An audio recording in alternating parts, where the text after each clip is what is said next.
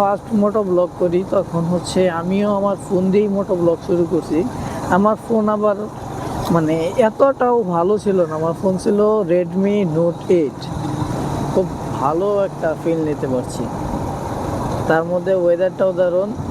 এখন মেবি কয়টা বাজে দেখা যাইতেছে না, ব্রাইটনেস কমানো ফোনের, মেবি 12টা 12:30 বাজে এরকম।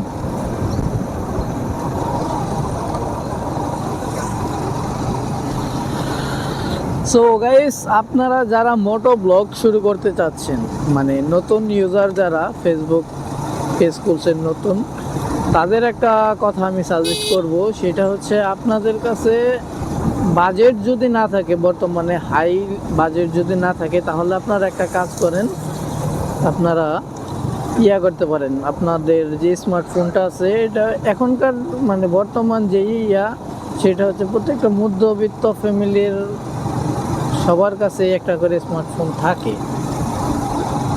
তো আমি যখন আমার ফার্স্ট মোটো ব্লগ করি তখন হচ্ছে আমিও আমার ফোন দিয়েই মোটো ব্লগ শুরু করছি। আমার ফোন আবার মানে এতটাও ভালো ছিল না, আমার ফোন ছিল রেডমি নোট 8।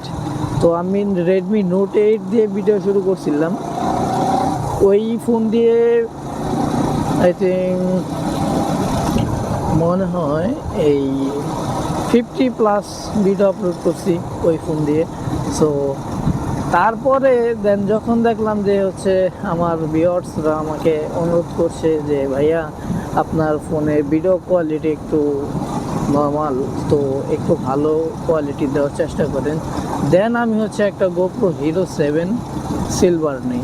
তো হিরো 7 সিলভার আপনারা কেউ নেবেন না। হিরো 7 সিলভারে একটা প্রবলেম হচ্ছে without audio input and output এই অপশনটা নাই, যার কারণে হচ্ছে আপনি অ্যাডাপ্টারও যদি নেন, গোপ্রো অ্যাডাপ্টারও যদি নেন, তারপরও হচ্ছে আপনি ওই অ্যাডাপ্টার থেকে আপনি অডিও আনতে পারবেন না। এটা হচ্ছে হিরো 7 সিলভারের একটা প্রবলেম।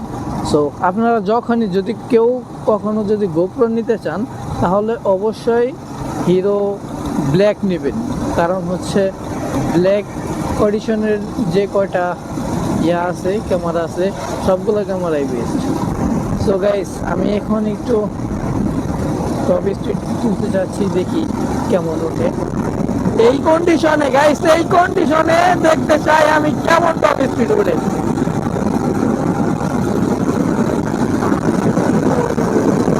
আমি এখন মাথা নিচু করি নাই।